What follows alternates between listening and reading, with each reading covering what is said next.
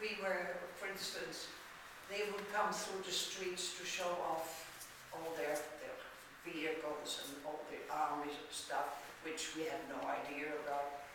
And we were not allowed to walk with our pockets in our hands in our pockets. We just had to walk like this, and then we could watch them. We're not allowed to stand with more than 3 people together. And then if they would come and separate you.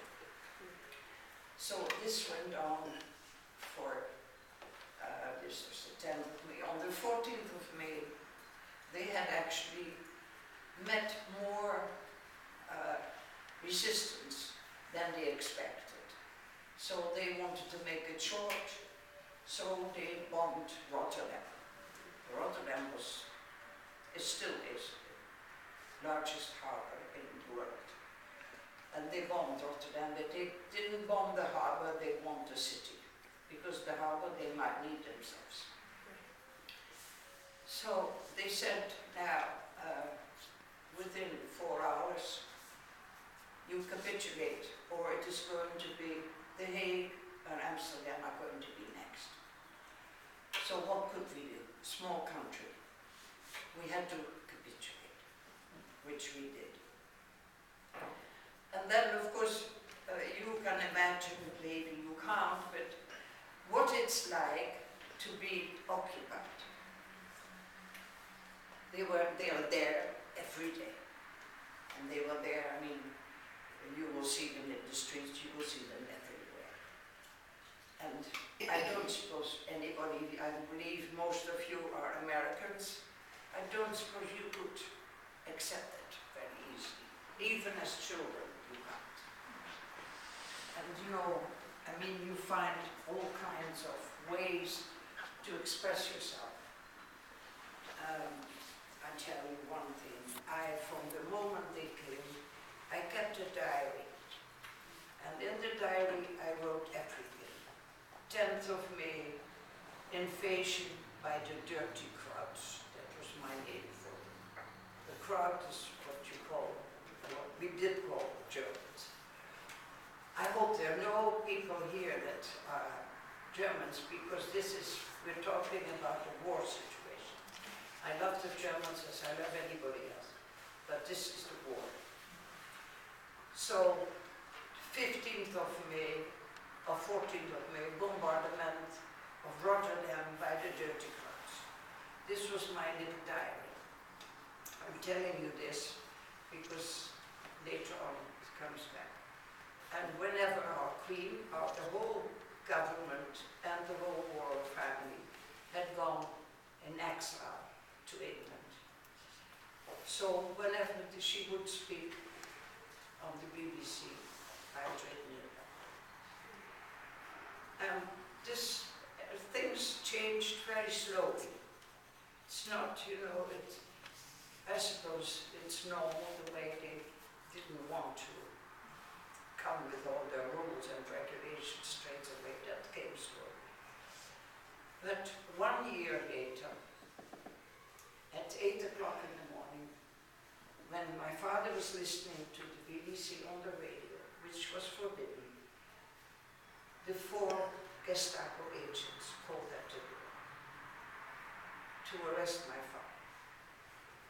They told him, get some suitcase ready, and you're coming with us. So they would search the whole house, every room, and also my room, and they found my little diary, and they took it. My father was a publisher, and his office was in the same house, so they didn't have time to go through all the papers and boxes and books. So they sealed it off, and they said, we'll come back. And when they walked out, they had a little path to go to the street, and there was a little gate, and the Germans took him there, and he turned around, and I had a feeling he's not coming back. So anyway, they took him to the prison, and in Scheveningen. Anybody knows The Hague? is the sea resort of the Hague. And the big prison, which was a normal prison, became a German prison. So my father was there from the 6th of May 1941, and on the 31st of July, I had a dream. Since he had been taken, I was sharing my mother's bedroom, and I woke up and I said to my mother, "Father's downstairs." She said, "No, just go back to sleep."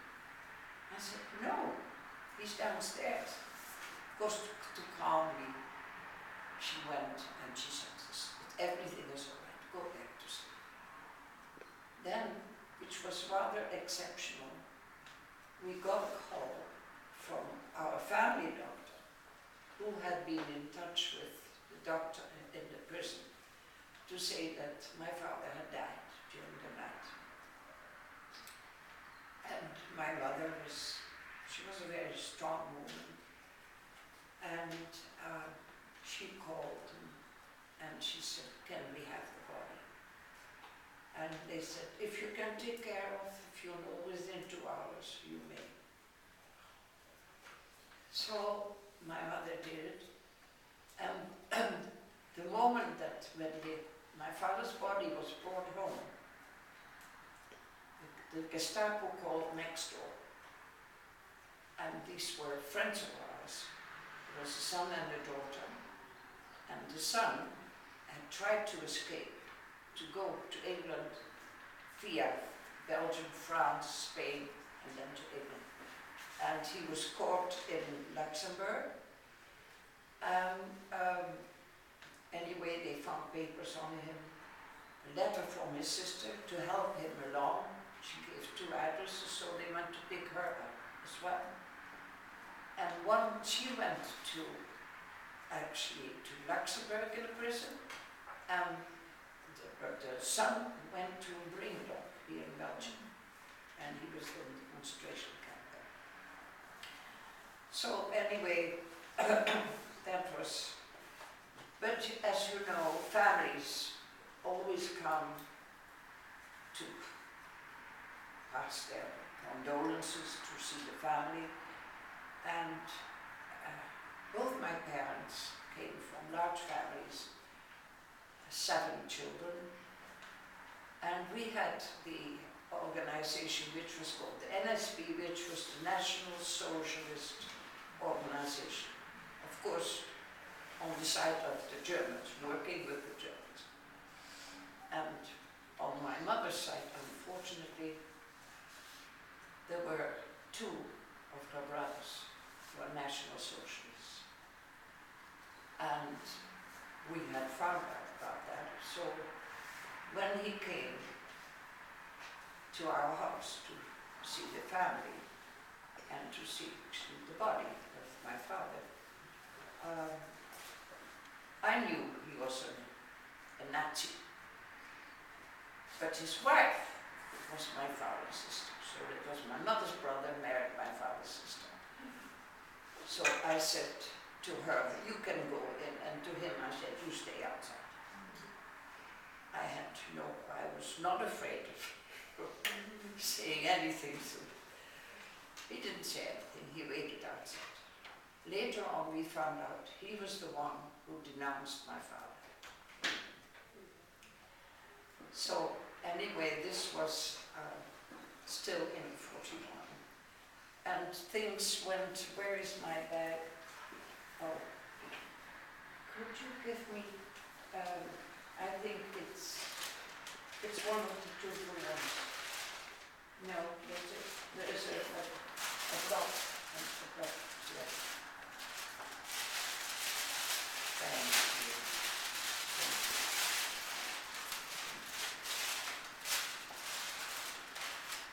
So anyway, as I said, they had taken, they came back and they searched my father's office and they took other things like they took the typewriters. There were 3 typewriters in that office. And so a year later, I said to my mother,